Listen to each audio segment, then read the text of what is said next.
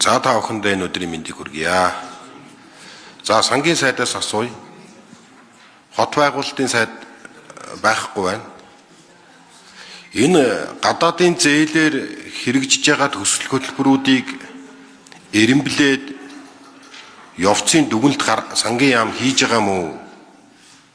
2015 онд улсын их хурлаар Азийн хөгжлийн банкны шугамар нийслэл Улаанбаатар хотод хэрэгжих тусгай замын автобус төслийн зээлийн хилцээрийг баталсан.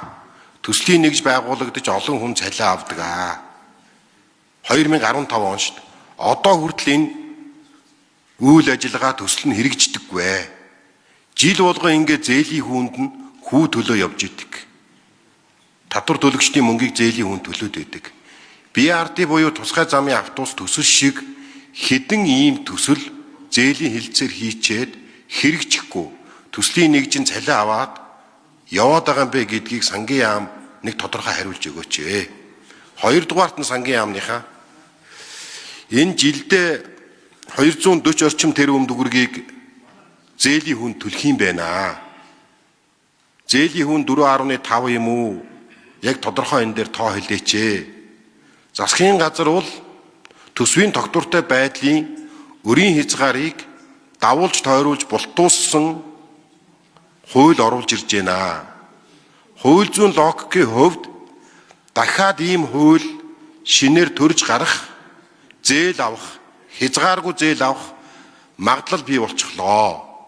Одоо 2027 оны төсвийн хүрээний мэдэгдэл бидний хэлцэж байгаа төсөвтэй чинь энэ хууль зөрчилдөх юм биш үү? Юу гэж тооцсон юм бэ? 3. Зээлийг валютаар авнаа. Зээлийн хүүг валютаар төлнө. Гадаад худалдаа болон валютын ханшны эрсдлээ юу гэж үзэж байгаа юм бэ? 4. Зээл авбал хөгждөг гэдэг бодлоосоо татгалзах болоогүй мүү? Энэ холимог сангуучлалын загвараар явж болох уу?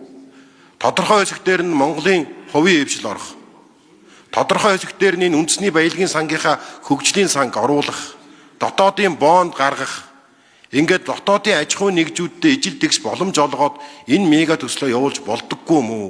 Заавал яагаад ингээд өндөр хүүтэй зээлийг төсвийн тогтвортой байдлын хуулийг тойруулан барин ингэж оруулж ирэх ёстой юм бэ? 5.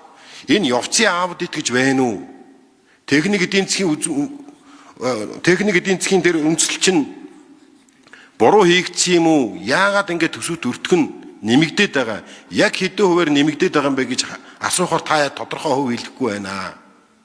Ер нь хизээ аудит орох юм бэ? Энэ хоёр төслийг одоо улсын их хурлын гишүүд бол дэмжиж байгаа. Төслийг явуулж байгаа арга барил, төслийг удирдах байгаа менежментийн багт бол бид нар илүү их итгэхийг хүсэж байна. Олон улсын аудит оруулах шаардлагатай гэж би хувьдаа бодож байна. Энэ дээр сангийн яам тодорхой хариулж өгөөч. За сангийн сайд Мэдцайхан хариулъя.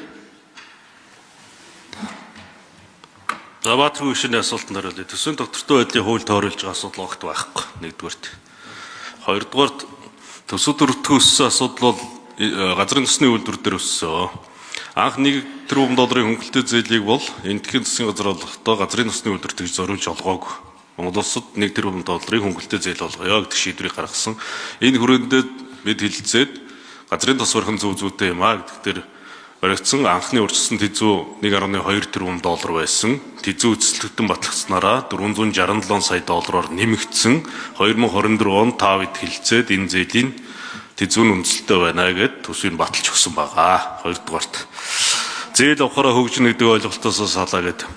Ер нь зээл авах нь өөрийн удирдлагын тухай хуулиараа ч гэсэн биднэрт орон зай нь хуулиа зөрчсөн асуудал байхгүй. Нийт ашиглалт маань орон зай бол 60 байгаа.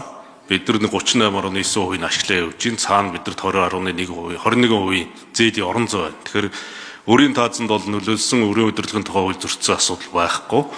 Хоёрдугаар зээлийг бид нар энэ хөнгөлөлтөө зээлүүдийг Монгол улс эдийн засаг нийгмийн ач холбогдол бүхий эренбээр нэрмэлж авж байгаа зээлүүдээ томоохон төслүүдэд хэрэгжүүлж байгаа. Тэгэхээр зээлийг өөрөө гэж харахаасаа илүүтэй та хөрөнгө оруулалт гэж харах хэрэгтэй. Бид нар боломж том төслүүдэд явуулах энэ газрын төсний үйлдвэр эрдэнэрийн үйлдвэрүүдийг ашиглалтанд оруулснараа нийгэм эдийн засгийн өгөөж нь Монгол улсад хэрэгтэй. Газрын төсний дотоодынхоо нийт бүтээгдэхүүний 55%-ийг дотоодоос хангана баруун бүсийн эрчим хүч гэж Оросын улбооны улсаас 100 хараат болсон аймагуд байж байгаа. Энэ бие даасан эрчим хүчний бие даасан байдал чинь хангагдана. Тэгэхээр өөр гэж харахаасаа илүүтэй бид нар энэнийг цаг хугацаанд нь хөрөнгө оруулалт олж ашиглахын тулд энэ цаг хугацаанд нь бид нар ашиглаж чадах хэрэгтэй. Бид нар ашиглаж чадахгүй учраас ийм асуудалд орж төсвийн тухай хуулиараа 1.2 их найдын гадаад зээл ашиглах хязгаарыг та бид нар батлаад өгсөн. Тэр нь чинь энэ жилийнх нь зөвхөн энэ хоёр төслийн маань хэрэглээ 1.8 их найд байна. Энэ хоёр гарснараа төсвийн доктортой байдлын хуулийг зөрчөөд тойрч байгаа асуудал байхгүй. Төсвөөс гараад хоёр төсөвтэй болоод явж байгаа асуудал огт байхгүй. Гадаад зээлэн дээр бүртгэлтэй явж байгаа зарлага нь бид нар дээр бүртгэгдээд явна гүйцэтгэлээр. За, ер нь энэ гадаад зээлийн ажилттай холбоотой бид нар эренбилж байгаа. Бүх яамдууд нар байсан төслийн нэгжүүдийг нэгтгэхэд нэгдсэн төслүүдийг байгуулсан. Энэ бол бид нар өөрөө ашигтай байдлыг нэмэгдүүлж байгаа. 327 тэрбум төгрөгийн хэмнэлт гарсан. Энэ хоёр төсөл маань зээлийн хязгаараас гарснаар төсвийн хязгаараас гарснараа хөрөнгө баталгаажуулсны төлбөр буюу ашиглаж чадахгүй байгаа зээлийнхээ үлдэгдэл төлдөг төлбөр нь нийтдээ 104 тэрбум төгрөгийн 101.4 тэрбум төгрөгийн эрсдэл учир одоо төлөлтөөс бид нар гарч ийна гэсэн үг. Энэ хэрвээ энийг бид нар гаргаж чадахгүй бол хөрөнгө баталгаажуулсны төлбөрт энэ хэмжээний мөнгийг төлөөд явна л гэсэн.